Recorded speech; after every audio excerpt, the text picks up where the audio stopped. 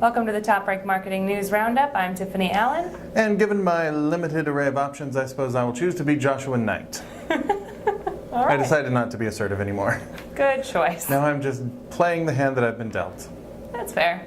Speaking of playing the hand that you've been dealt, not at all. Our first story this week is that it turns out it pays to provide customer service on Twitter.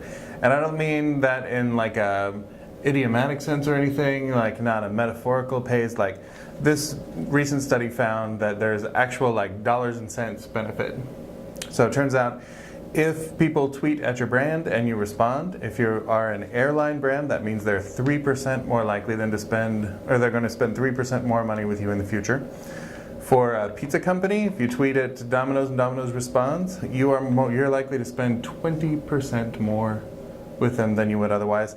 And if you tweet at like Verizon and they respond, you might pony up 10% more to them because they showed you that they cared.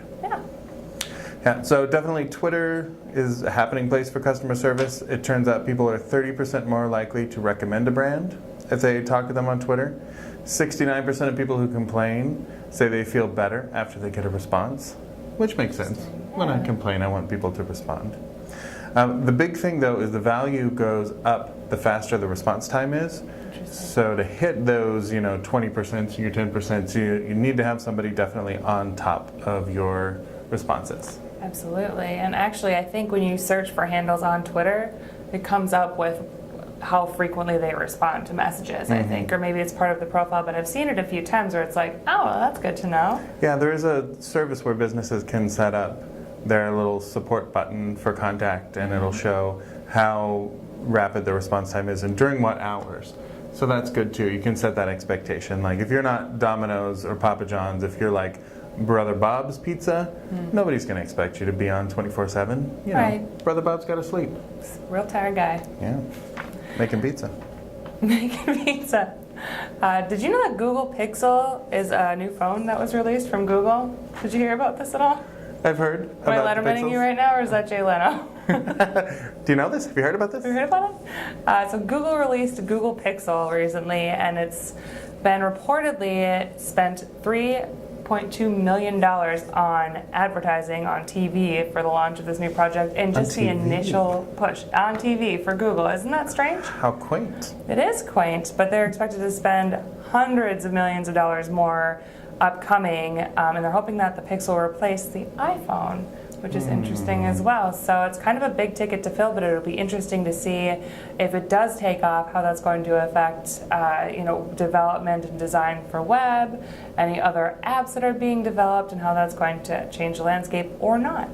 Would it be in bad taste to say that I feel like they're not going to get ahead of Samsung because they're really blowing up right now? Samsung's so hot right now, Samsung. If your Samsung is hot right now, please take it out of your pocket. Forever. Forever. Power it down, ship it out. Anyway, my next story is about infographics. And when I read it, it came in infographic form. So it's one of those meta infographic inception kind of deals. It says that infographics, not just as part of a content strategy, but they can be part of your SEO strategy too. How? Go on. How could they? They're images. Computers can't see images. Get out of here, computers. You can't see us. We're images. But it turns out that infographics can earn social shares and they can earn backlinks, which makes them more likely to show up in search results. Absolutely. So as long as you have your alt text correct, and if when you launch the infographic you put it in a blog post, that gives you at least some juice there to show this is what this thing is and what's it about, then infographics can be a good strategy, turns out. Does that mean your alt tech needs to be on fleek?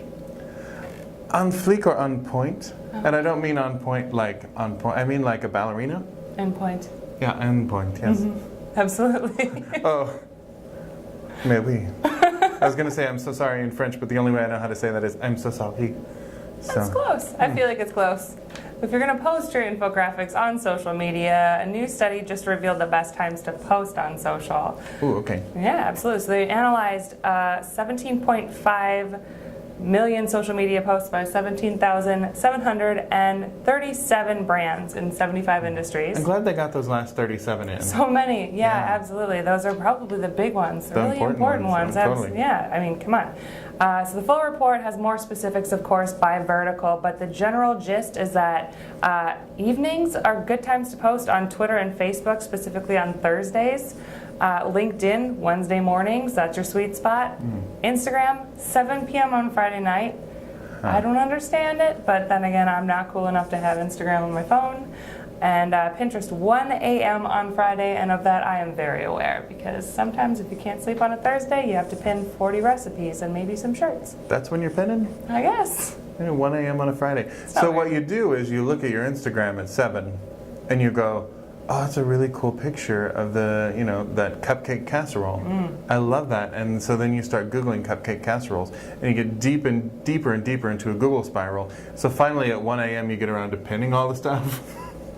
Cupcake casseroles are just bringing about the downfall, Spending all your night on Pinterest. That's how it is. Instagram leads to Pinterest. Instagram is a gateway drug to Pinterest. I'm going to come out and say it. I find that very interesting. I'm full of jokes today. You are full of something today. It makes sense, though, that for LinkedIn that it would be like 9 a.m. on a Wednesday. Right. Because LinkedIn, as well as the TopRank marketing client, is a business network, so it makes sense. People are looking at it for business at work, whereas Facebook and Twitter, nobody ever looks at any of that stuff at work. Not even once.